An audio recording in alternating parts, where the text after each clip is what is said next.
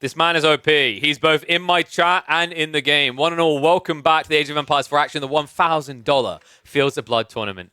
Now getting underway with an elimination series here between the Polish stack that has some familiar faces with the likes of Mahodo, ranked 82nd in the world, and Matisse, most known.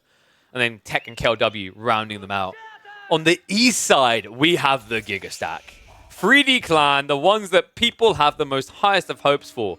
You've got Anatan of My Insanity with them. I know it's confusing. You've got Scatterbrained. You've got Deniskia. And then finally, he's back again. He simply can't get rid of this. Age of Empires 4 for him is like crabs. It just keeps on coming back. It's B. Okay, this is cool, man. Like, it's kind of crazy as well. 3D Clan is already in the lower bracket, folks, which means this could be their final game. They could not even make top 4 the way things are played out here. And Matisse and Mahodo, Tech, KLW, the Polish boys are not a pushover. We've seen they have some cool strategies behind them, some competency. They had a really sick game against one of the Asian stacks, and as we know, the Asians are the gods of team games right now. So curious to see what they can do in this one. This is already a funny opening, though, and this is cool to see from B. I'm a big believer that in team games, it's not a castle civ. HR is a feudal civ, which is funny because in 1v1s, they're a feudal civ as well. But Western teams have on average been playing fast castle HRE as the meta. However, this is so much cooler. We're used to seeing feudal. Instead, he goes for a dark age focused HRE opening. Is he going to outpost rush?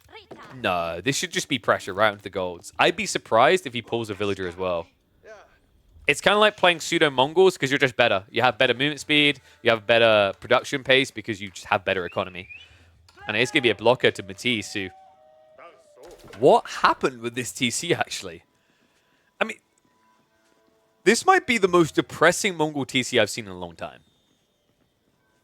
It's not next to the tree lines. It's not next to the gold. It's not next to the Uvu, the berry. It's just there. God, doesn't even protect your gold either, man. It's just so far away from everything in this game. I think Matisse maybe on spawn didn't see the tree lines properly or something because this just seems weird.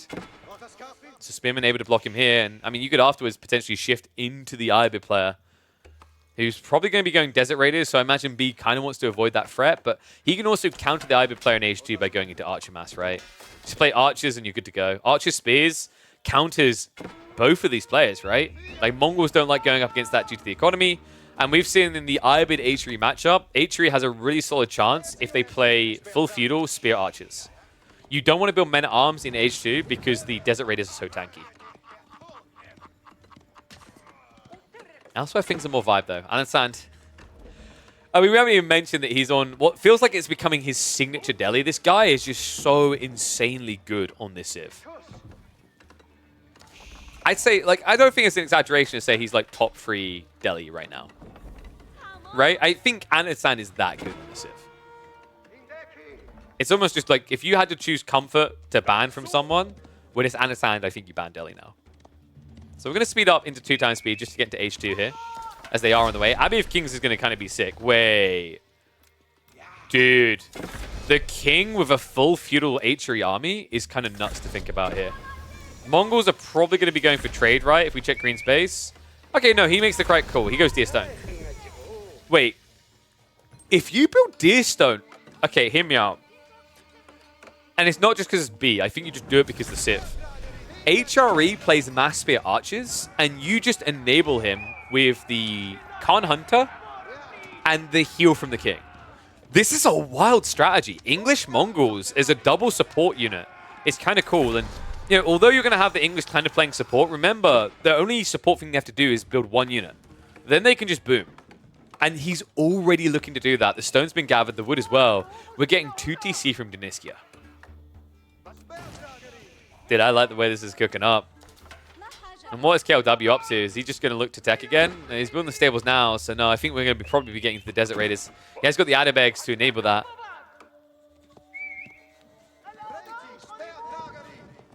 I think Matisse is doing what I theory crafted. If you aren't scared of the opponent, just plop your TC down immediately wherever it is.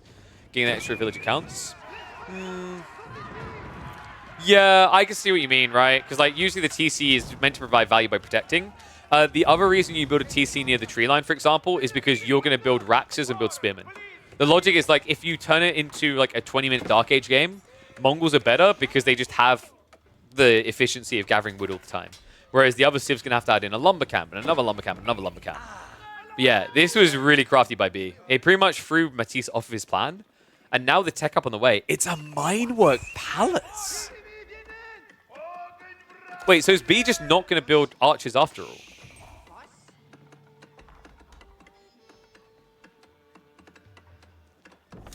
Is he just going to build spears? This has to be fast castle, right? I don't think you play pronged feudal age just spears, right? I mean, Matisse has built archers, but he got slowed down. You're up against double knight civ, right? Mahodo playing as the Roosters decided to go into knights, which is pretty atypical for them. Especially considering that Mongols are meant to play the archer role. Yeah, actually legit, he kind of just counters everything with just spears. Because Matisse doesn't have an army. Desert Raiders can kite you out, but they don't quickly kill you, right? So in theory, B just playing all-in spears with minework is pretty effective here.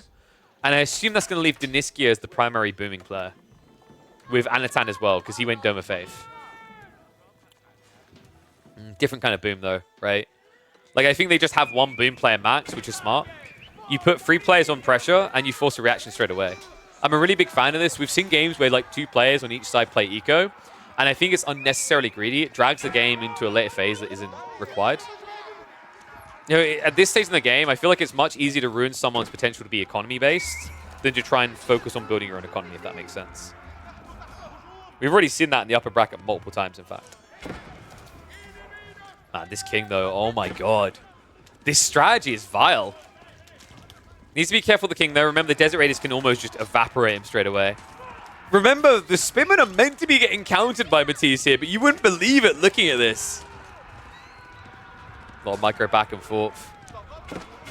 King also just absorbing the shots so that Spearmen can counter the unit they need to. I'm loving every bit of this, but I guarantee the Polish boys are not. What a game. King goes down, though. That's big. The king being removed means they can chase this away now. The Desert Raiders able to shove him back, and B now doesn't have the assistance he desired. Deniskia has queued up the king, but remember, that takes 50 seconds to replace. Going to be waiting a long time, and you're going to be losing a lot of spearmen in the process. Marching drills will at least mitigate some of the losses, right? It keeps them away from the archer counter. Means just Desert Raiders are running down, but that's still damage that's going to add up here. And I'm wondering when he's going to arrive, because he has been queuing up Ghazi, right? Weirdly enough, we've actually got Anatan pivoting into spears.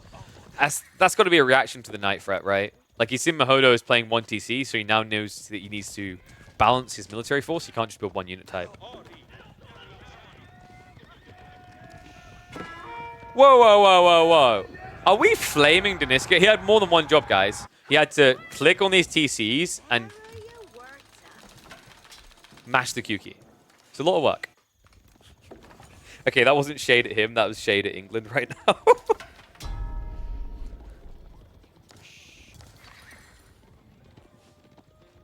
All right, one's if you think that the Polish are going to pull this back. Two's if you think the 3D clan have just locked it already. I mean, the game isn't really decided, right? Economy is kind of neck and neck. There is a military lead for the East side team, but it's not the GG type of lead. Still, feels tough, right? We've got these potential tech choices coming in. This is bugged. KLW is not teching. Matisse, however... Wait, is this bugged as well? He's not going age free. What the f... It hasn't always done that, right? Unless I just haven't noticed it before. Yeah, so he also went Silver Tree, which I'm not a big fan of. You guys may have noticed I've been very vocal about this. Deerstone just feels so quintessential, even more so when you're playing against HRE. You just don't have that kite potential. Just in the meantime, I'm going to be hunted by that new spawn king. The Spearmen are already in position to block the trade as well, folks. Yeah, and it's already been revealed. First trader be stabbed down. With marching drills, he should be able to get that kill as well.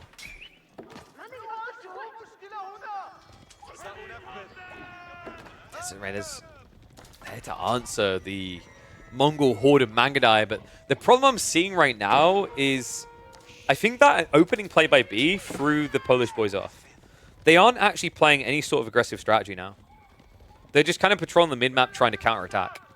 But you can't counterattack. You need to actively attack here. So I'm glad KLW is finally marching towards that base, but it might be the worst base. Remember, Mongols, if they're worried about being attacked, if they do it this way instead of what Matisse done, their eco shouldn't be very diveable. He's got the gold, the tree line, probably some pastures upcoming, all protected by the town center. Desert Raiders do not dive that well at this stage. Need more of them. Spearmen counting the archers in the meantime. Dude, Matisse's entire game plan has been ruined. He's spamming Keshiks now. Like, this is a nightmare. No one is addressing B in this game. Oh my god. This is some brain dead, like, Fitzy here stuff. He used to love this type of build. Someone clip it and ship it to him. We'll get him back onto AoE 4 in no time if he realizes this is still good.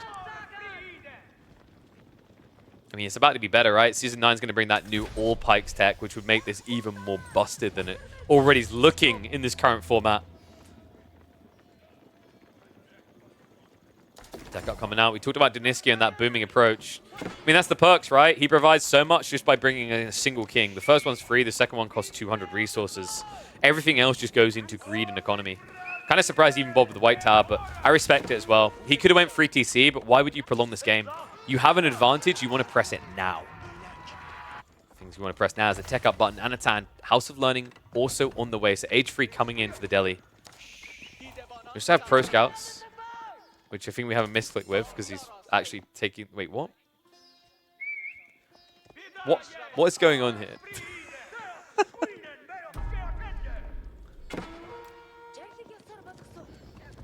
Scatterbrains Magadai destroyed the whole idea. Yeah, they tend to do that. It's like, if you had Camel Archers, it might be able to contest, but Desert Raiders are kind of people want to stick against Magadai, right? This is why, by the way, Abbasid gets banned and Ayubids do not. Ayyubids are like a good backup option in the right circumstance, but Abbasids tend to block a lot more civs, and also they benefit a lot more from eco-booming, right? Than whatever Ayyubids offer, which is really not much. In fact, they're doing a good job of just avoiding him. Spearmen go shuffle. Wait. If they get the timing right on this, they could wipe out like half of the camels. Let's see if they do get it right. Starts hitting the Desert Raider. The attack speed hour gets activated. Nice bait there. Gets that utility tool out of their arsenal. In the meantime, a dive does come on the other side of the map though, as yellow and orange head into Deniskia's base. But remember, Deniskia, he does have the white tower, the strong point defense to shove them away. Meantime, Matisse. This game might end as it started with his suffering. Spearmen moving in on the Ubu location. Desert Raiders just need to desperately snipe them out, but it's this lingering issue in Magadai. They're struggling with it, especially with the Khan Hunter being there. If they could just snipe him out, it would be a completely different situation. Attack speed arrow gets activated. Unfortunately, it looks like he was out of position there, so it didn't actually get the effect on them. But even without it, look at how he's dispatching this. Desert Raider count not looking too healthy. Only 9 to defend with 16 Magadai in the meantime. Ghazi Raiders have also hit into Yellow's base. And remember, this is the easy wave, folks. The hard wave is now coming. Anatan is building war elephants. Who builds war elephants on a map this big? Like, come on. I'll be there soon, guys. It's the stealth elephant. Yellow, in the meantime, has at least snuck into the HRE base. B. Oh, he did actually get stripped of a pretty penny here. Down to 35 villages when he should be around 44. Actually, probably 42. Because I'm imagining that B has about 3 to 4 prelates. Yeah, 4 prelates.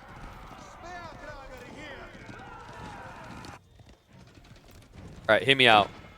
Elephant's going to take so long to arrive in the enemy base that when he gets there, they'll immediately call GG. And then we can just be like, one elephant ends whole game.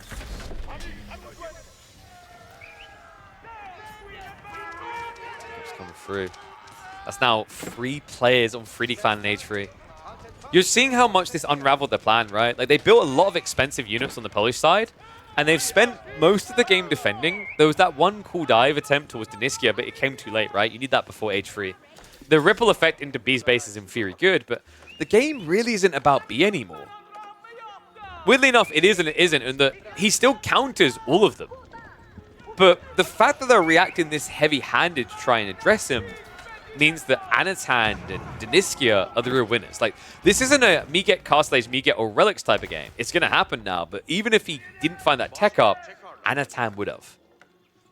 As we've seen so many times before, Delhi, another impressive Civ when it comes to the tech into Relic gathering timing due to the fact they're able to spam them in Age 2.